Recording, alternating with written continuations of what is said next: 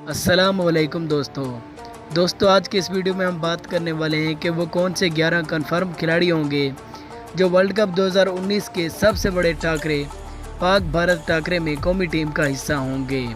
तो दोस्तों वीडियो शुरू करने से पहले आपसे एक छोटी सी रिक्वेस्ट है कि अगर आपने अभी तक हमारे चैनल को सब्सक्राइब नहीं किया तो जो वीडियो आप देख रहे हैं इसके नीचे लाल कलर के सब्सक्राइब बटन पर क्लिक करके हमारे चैनल को सब्सक्राइब कर दें और साथ मौजूद बेल के आइकन पर भी क्लिक कर दें ताकि वर्ल्ड कप से मुतालिक तमाम खबरें आपको वक्त पर मिलती रहें।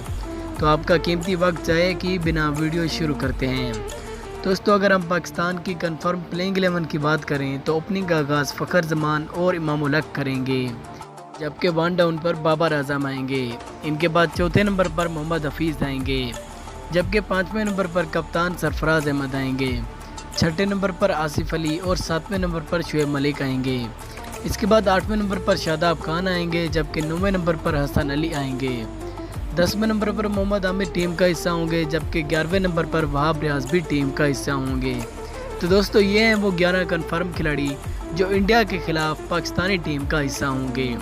पाकिस्तान और इंडिया के दरमियान वर्ल्ड कप का सबसे बड़ा मैच 16 जून को खेला जाएगा और ये मैच पाकिस्तानी वक्त के मुताबिक दिन के 2:30 बजे शुरू होगा।